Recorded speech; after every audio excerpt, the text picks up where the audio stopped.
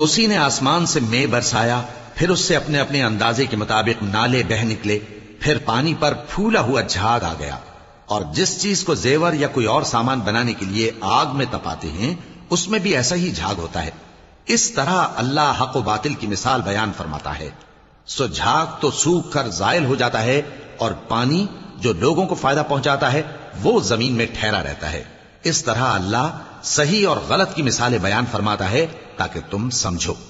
جن لوگوں نے اللہ کے حکم کو قبول کیا ان کی حالت بہت بہتر ہوگی، اور جنہوں نے اس کو قبول نہ کیا اگر روئے زمین کے سب خزانے ان کے اختیار میں ہوں تو وہ سب کے سب اور ان کے ساتھ اتنے ہی اور نجات کے بدلے میں صرف کر ڈالیں، مگر نجات کہاں؟